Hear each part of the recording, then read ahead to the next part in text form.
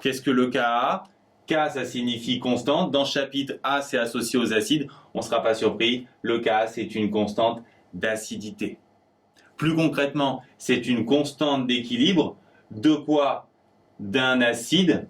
Dans quoi? Dans l'espèce la plus courante, donc dans l'eau.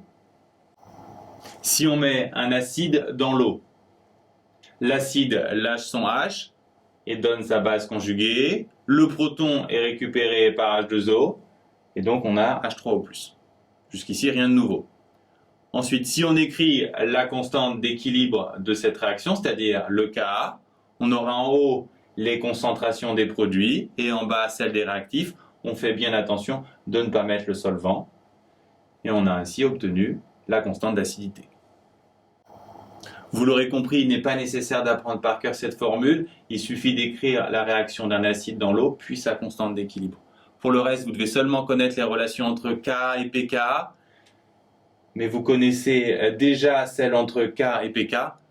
Et les nouvelles formules ne sont que des cas particuliers, les anciennes. Donc K, c'est 10 moins pK et pK, c'est moins log de K. En fait, si vous observez ces formules, vous devez voir qu'elles suivent toutes les mêmes principes. Premier exercice classique avec le Ka, on vous donne deux couples acide-base.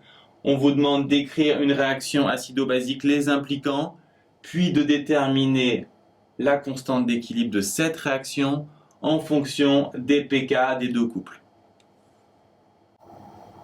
On va y aller progressivement. La réaction entre AH et B, l'acide lâche son H, donc on aura A- plus BH+.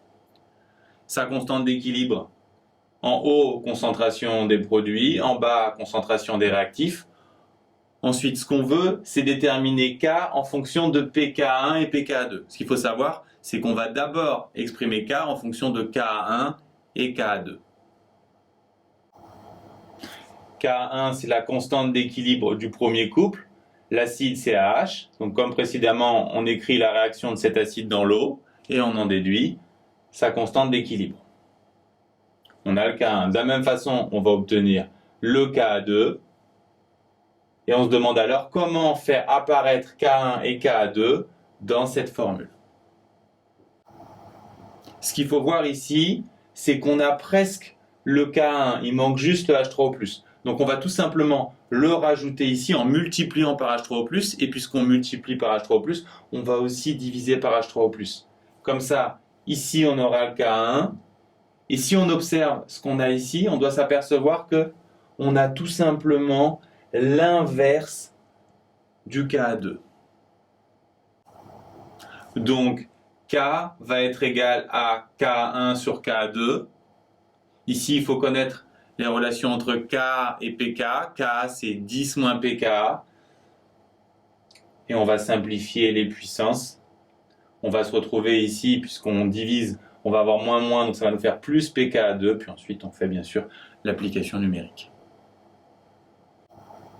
Finalement, si vous connaissez bien vos formules, en y allant étape par étape, il n'y a pas de grosses difficultés. Il y a juste une astuce en cours de route, rajouter H3O+ en haut et en bas pour faire apparaître l'écart.